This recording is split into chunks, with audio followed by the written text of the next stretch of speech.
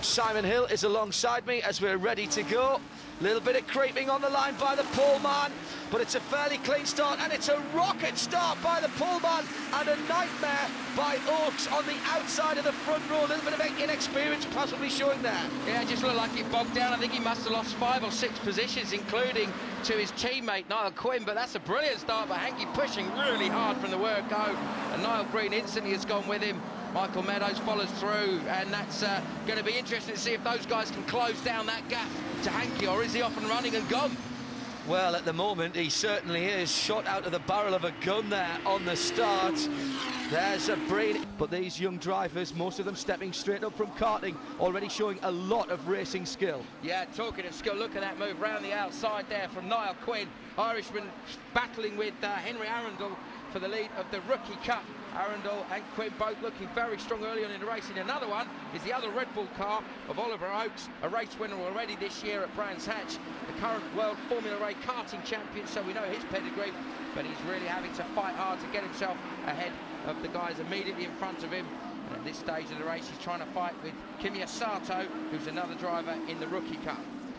The Rookie Cup, great initiative to allow young drivers in the early stages of their career to really make a mark and have something to race for, not necessarily at the front of the field. And there are a couple of drivers. You can see the cross, the black cross on the yellow background behind, signifying that they are just starting off their motorsport career in cars. Once they've had a few races under their belt, they'll be able to take that off and join the big boys.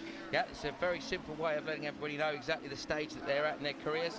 And because of the nature of this racing, when you look down the inside, a move is being made, and it's been completed neatly by Oliver Oakes. That's been his trademark this year. In his first year in cars, he's clearly taking what he knows about karting and putting that into practice in the car world, because he's overtaking, he's super decisive.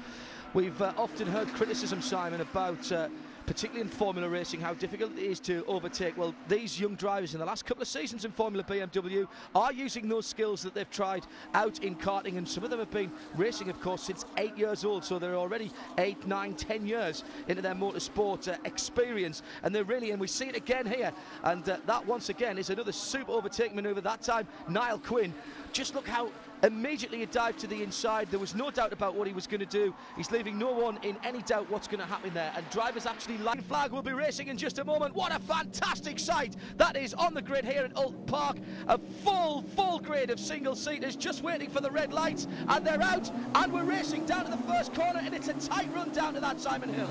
Yeah, Kerno got a good run, as did one of the Red Bull cars through the middle there. I think that was Quinn around the outside. Great move for him. And Jonathan Legree in the yellow car making his return to the championship. Jonathan's been struggling with some illness, and it's great to see him back. He was on pole for yesterday's race, and it's good to see the scrap at the front developing sight today. The leaders go round the hairpin, one of the slowest corners.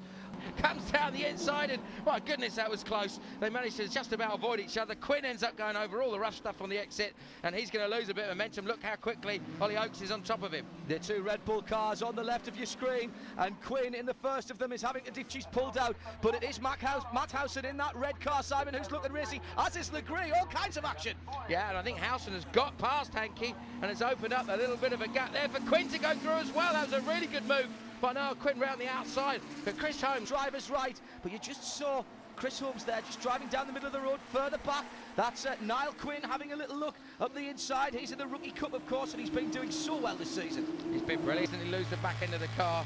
And now listen, this I think must be Niall Quinn, because you listen to the engine, it's clattering and banging.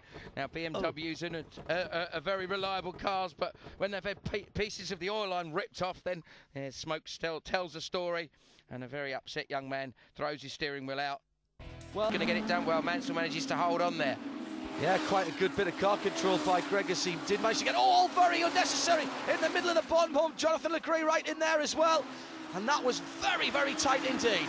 Was indeed, wasn't it? They really did get very out of shape there, as we see the guys braking hard. Kernow trying to repeat the win that he had earlier in the day. The two Red Bull Carlin Motorsport cars come through in the middle of the pack, neck and neck as they come out. And in the background, you see the two of the Carlin Motorsport cars, the dark blue Red Bull sponsored cars of Quinn and of Oliver Oakes, very close to one another. And in the background behind them, we see Henry Arundel in the Fortec car, and very... A lot of these drivers have no experience in cars, coming straight from karts, and that is a proper kart overtaking manoeuvre. Good move there, but he's run a little bit too wide. Niall Quinn, bounce. Well, he had that happen at Alton Park, and then as the car bounced up in the air, it tore one of the oil lines off, which caused the spectacular spins that everybody had as a result of that. Now, the two Red Bull drivers are really fighting with one another quite hard there. There's no love lost between them whatsoever. They both really determined to win their respective sections of the So in the wet. Very difficult in the wet, because apart from the visibility as we ride on board with Niall Quinn, the other problem also is that the grip level varies massively on the racing line to when you're offliners down the inside, finding a lot of grip there. Jonathan Legree, what a great move. Yeah, it came from nowhere, but look at the spray. It's like having a bath full of water thrown at you every second. These tyres might not look like they're doing very much, but they're throwing up a huge amount of water. And Legree, rallycross, maybe there's something in that. Well, somebody rallycrosses a Lotus Elise, which is probably the most unlikely rallycross car you can think of, so why not? Let's go a little bit further up the field. Still, the rain is falling, and as you can see, the spray is still an issue. Coming up to the hairpin again, and that's Quinn, isn't it, who's battling away. Legree's got the car to the correct side of the road to have the racing line for the next corner, but the acceleration that Quinn seemed to have got even out of that corner seemed a lot better as we go on board with Niall Quinn.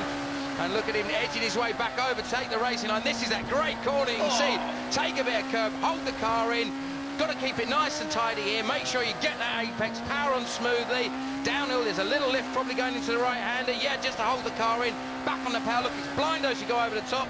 They wait until the car levels itself out. Try not to get that curve on the exit. Brilliant bit of driving from Niall Quinn. And a great shot of some of the real character of Knock Hill here in Scotland.